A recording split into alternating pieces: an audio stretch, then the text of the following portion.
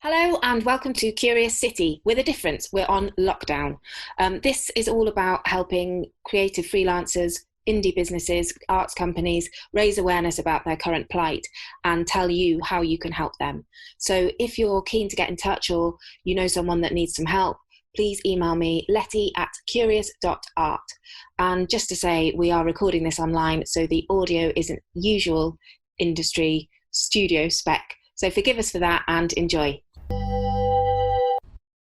Hello and welcome to Kurious City on Lockdown. Today I am talking to creative producer and project manager Linda Bloomfield. Linda, hello. Hello. Thanks so much for talking to us today. No worries. So can you just tell our listeners a little bit about who you are and what you do?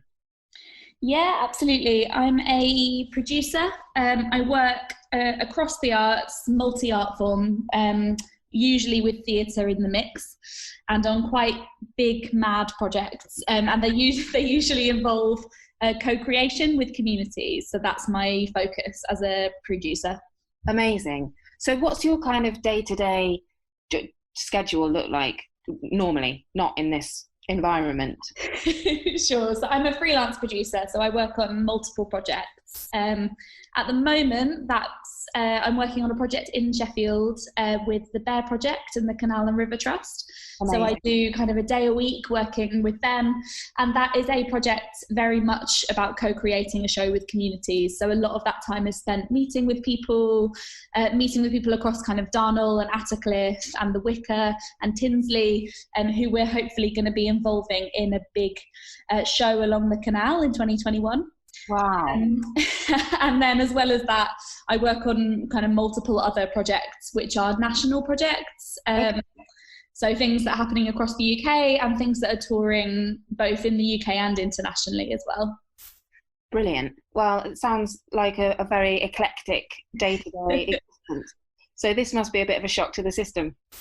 Yes, it absolutely is, especially because I only went fully freelance just under a year ago.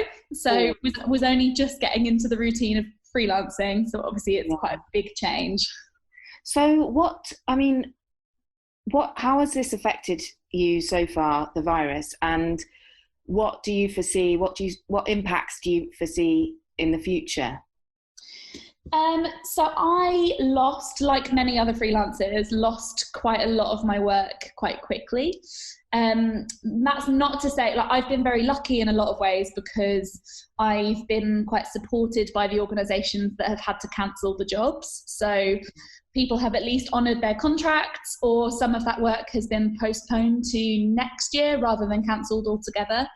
But I certainly know other people who have not been as lucky as that. So I guess it's changed in that sense, as I went from essentially having a full week's worth of work every week to currently I have about a day and a half, which is quite a big change. But yeah, just sort of counting myself lucky that I've still got a bit of income, really, because lots of people really don't. What do you make of the initiatives that the government have put forward so far to help self-employed and freelancers? I think it's really disappointing, to be honest. I think it's really undervaluing, not just in the arts and creative sectors, but across the board. Yeah. People who are self-employed and freelancers who are contributing tax and national insurance and contributing to the economy in lots of different ways. And to have such a disparity between people who are salaried and people who are not, and giving the option for those people who are salaried to be furloughed is really brilliant, but obviously that is not the same thing for freelancers. So I get it must be really tricky and they have to deal with one thing at a time, but there are a lot of people feeling really uncertain about whether they can even afford their rent or the next food shop, you know? Yeah, and you've done something pretty amazing, which is setting up the South Yorkshire Creatives COVID-19 Hardship Fund. So can you tell us a bit about what that is and how people can donate and where that money goes to and how it all works? Yeah, absolutely. So a huge part of my work in general is about supporting artists and supporting fellow producers and emerging producers.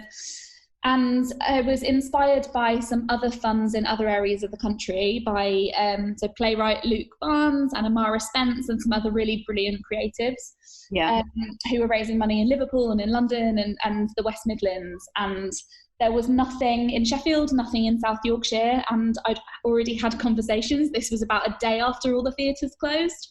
Had already had conversations with people who had gone from, say, 4 jobs to 0 in less than 24 hours. So it just felt like before the government announced anything, before Arts Council England announced anything, there were going to be people who were really stuck right now. So the fund is just there to provide a little bit of help between now and there being some more kind of official help for people, just so they can make their rent or bills or travel or childcare or a food shop or whatever it is they need to do.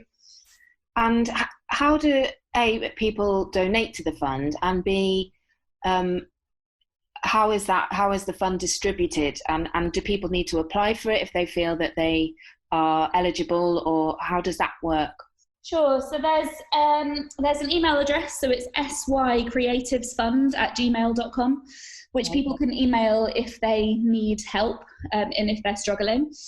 And there is a GoFundMe crowdfunder page, which is kind of the easiest way to donate to it. And if you just Google South Yorkshire Creatives Hardship Fund, it comes up as the first thing on that search.